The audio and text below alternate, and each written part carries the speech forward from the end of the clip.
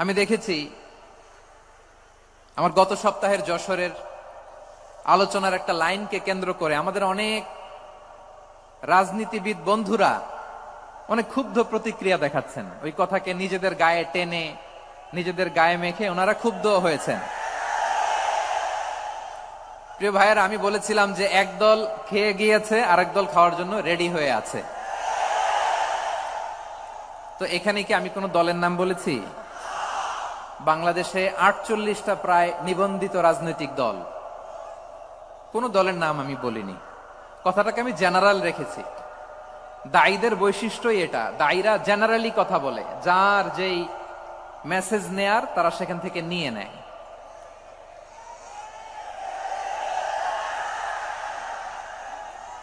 তো কোন দল এটা নিয়ে কোনো কথা বলল না। আপনারা এটাকে নিজের গায়ে যে মাখালেন, এটা ঠিক হয়নি। আমি বলবো যে এটা খুবই অনভিপ্রেত হয়েছে। কোন দলকে টার্গেট করে বা কোন দলের পক্ষে আমরা কখনো কথা বলি না। আমরা কোরআনের পক্ষে কথা বলি, ইসলামের পক্ষে কথা বলি, ঠিক কিনা বলেন? সো একটা জেনারেল কথাকে যদি আমার রাজনীতিবিদ বন্ধুরা নিজেদের গায়ে মাখেন, ক্ষুব্ধ প্রতিক্রিয়া জানান, এতে করে সাধারণ জনগণের কাছে একটা নেগেটিভ মেসেজ যাবে ওনাদের ব্যাপারে। এটা হোক আমরা চাই না। এদেশের যত এই যে আমার ভাইয়েরা, এই যে আমি এই যে কথা বলতেছি, সাদা টুপি,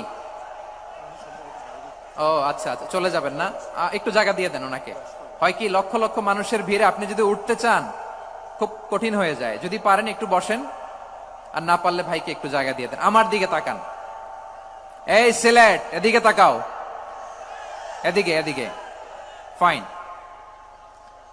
তো আমার প্রিয় রাজনীতিবিদ বন্ধুদের আমি বলবো, কথাটা ছিল ভেরি জেনারেল, এটা নিজেদের গায়ে মাখানোর কোনো দরকার নাই।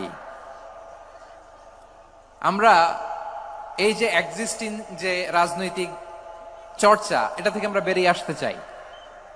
আমরা চাই না এদেশে চাঁদাবাজি, দখলবাজি থাক, ঠিক কিনা বলেন? এদেশে কোনো দুর্নীতি থাক, টেন্ডারবাজি থাক, এগুলো আমরা চাই। আই হেট পলিটিক্স একটা জেনারেশন আছে, এই বেশিরভাগ জেনজি